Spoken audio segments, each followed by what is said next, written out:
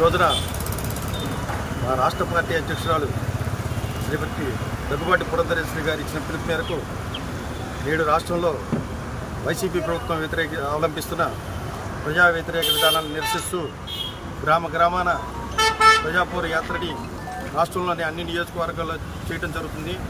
Narasaraopet assembly నియోజకవర్గ convener అయిన రంగిశెట్టి రామకృష్ణ నేను మా భారతీయ జనతా పార్టీ నాయకుల కార్యకర్తలతో కలిసి ఈరోజు ప్రజాపూర యాత్రకి అల్లూరు వారిపాలెం గ్రామం చేరుకోవడం జరిగిందండి. ఆ సమయంన సాయంత్రం 6:30 గంటలైంది.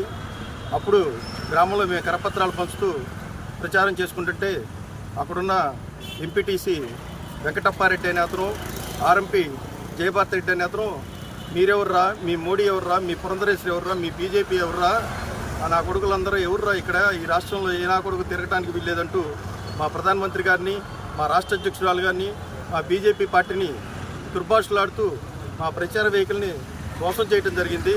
ఇదేమిటని ప్రశ్నించినందుకు నేను నా మీద అకారణంగా దాడి చేసి తీవ్రంగా రక్తగాయాలయ్యే విధంగా నన్ను పైపులు తీసుకుని కొట్టి భారతీయ జనతా పార్టీ నాయకులందరినీ కూడా దాడి చేసి వాళ్ళందరినీ ప్రాణభయంతో పరిగెత్తించేట్టు చేసి నా మీద మూకుమ్మడిగా దాడి చేయడం జరిగిందండి.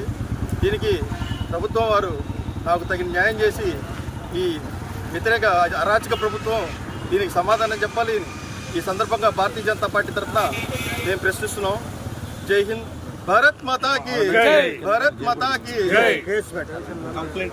అదేవిధంగా సంఘటన జరిగిన వెంటనే మేము వచ్చి రూరల్ పరిధిలో అల్లూరు రూపాయల రూరల్ పరిధిలో కావడంతో రూరల్ పోలీస్ స్టేషన్కి వచ్చి మేము కంప్లైంట్ ఇచ్చి ఎస్ఐ గారికి ఆ కంప్లైంట్ అందజేసి నిందితులను వెంటనే అరెస్ట్ చేసి కేసు ఫైల్ చేయాలని చెప్పి వారికి విన్నవించుకోవడం జరిగిందండి.